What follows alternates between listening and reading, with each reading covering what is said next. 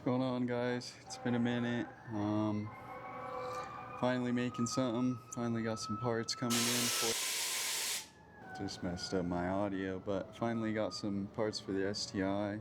Gonna be putting them on here soon. A dyno tune scheduled, so we're gonna be putting some stuff on. Before we put everything on, though, I'm definitely gonna be doing some maintenance. So today we're gonna be replacing my spark plugs, and I'll be showing you how to do it in case you don't know how. They're definitely not going to be fun on the Boxer with the side wall is right there, so not really much room, but I'm going to be showing you how to do it in case you don't. And yeah, let's get started. So first thing we're going to be doing is taking out this battery so we can access this side. So it's just a couple 10s and I'll pull it out. Alright, so we got it out. Now we need to look down there, see what we got going on. Alright, so disconnected. Can't really see much down there, but I disconnected the connectors to the coil packs down there, and then there's just a 12mm bolt holding each of those coil packs. So now I'm going to get the coil packs out.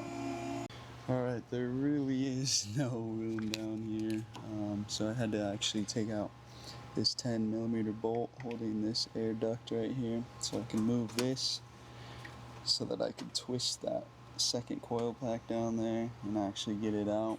It's kind of a bitch, but it's out now. Alright, so I got a 5A spark plug socket, set it down on there, and cracked it loose with a ratchet, and then ultimately what I had to do was just spin it out with my hand. It took a while, but we got this first cylinder out. The hard one is definitely going to be this one. I'm gonna get cracking at it. That back corner one is definitely not fun. Ended up having to do was take these hoses off the secondary air pump, so I pulled it off. Just this one clip, and then I just pushed it back. I thought about taking this whole duct out of here, but I don't want to mess with the clip down there, so I just kind of left it here, and I lifted it up and got enough room in there. This is the sort of contraption I had down there, a wobbly with a 1-inch extension. Again, cracked it loose with the ratchet. Ultimately I just had to kind of spin it out, so maybe a little thumb drive wheel that you could put on the end of this, that would help a lot, but we got it done. So I'm gonna be pulling out these 2 new ones. I'll be looking up the torque spec and I'll give that to you in a second. Alright, so got them in finally, put some anti-seize on them. Torque spec's gonna be 15 foot-pounds, so do with that what you will. These 2 are in.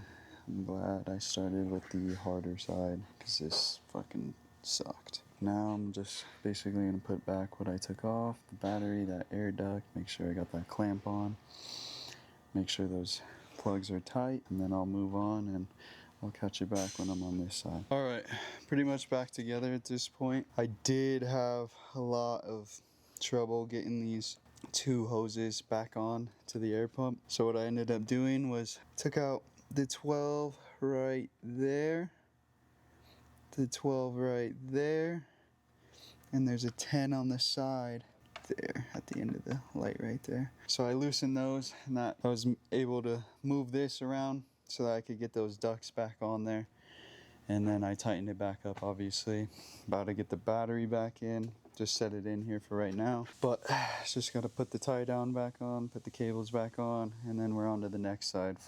Finally, jeez, you know, I thought it would be easier because of, you know, I have tools. I have quite a lot of tools here, right? And last time I tried to do spark plugs on a Subaru, it was really hard. It was really hard. So I thought with all the tools I have now and the experience I have now, it would be easy. It was not. It was not easy. Got this hard side done. Gonna move on to the easy side. Thank God. Alright, here we are. Ready to go. Got the battery tightened down. Everything's good on that side, I hope. Going over here though, there's the coil pack. There is another one down yonder, right there. Same thing, 12 millimeter bolt. 12 millimeter bolt. Looks like we got some sort of bracket here that we want to make sure we reattach. Looks like it's carrying the wire for one of our oxygen sensors. Same thing here. I'm going to unplug them, take out those 12s, pull the coil packs. Ended up getting these two out. Definitely easier than that other side. So here's the new ones, new spark plugs. Put them back in, torque them. I didn't have to remove anything. I don't know if maybe if you have a stock intake, you will have to move the stock intake. Luckily, I don't, so I have a little bit more room right here. If you do have the stock intake in there, then you might have to pull that box out. Right here, dude, we got some Tomei. Looking at the whip, she's looking fat. Yeah, can't wait till this thing goes a little quicker. In the parts boxes, we got some Tomei equal length headers, the up pipe, got the down pipe in the back of the car. Gonna install the boost controller. I need to flush my power steering fluid. That is way too dark. Catch you back when I'm back in completely. Give her a start up, see if this tutorial is worth a damn or if I blow my shit up. One thing I forgot to mention that I should have mentioned is this 1/4 inch ratchet right here. A little small guy. I actually had to use this to get down into the bolts for the coil packs down there, so definitely recommend we get a small ratchet, 1/4 inch drive with a shell socket on the end so you can actually get in there, because I wasn't able to get my 3/8 ratchet down there. Got the coil packs back in, so I'm about to fire it back up. We're about to see if I mess anything up or if we're looking good right now. So I'm gonna set up the car for a little start in the back real quick. All right, I might put the microphone, we'll put the mic back here so you guys can get a little audio clip.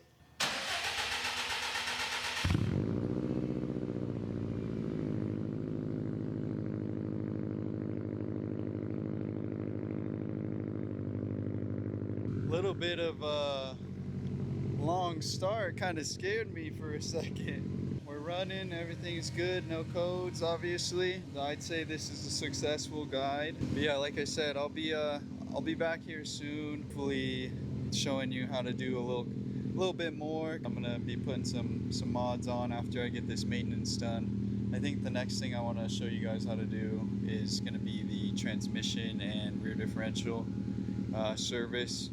So I think that's everything I got for you today. Hopefully, let me get a better grip right here.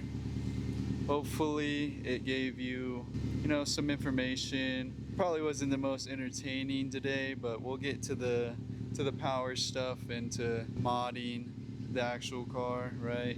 This is just maintenance. We'll get to that. Just want to say thanks for watching. Appreciate you if you are here. See you in the next one.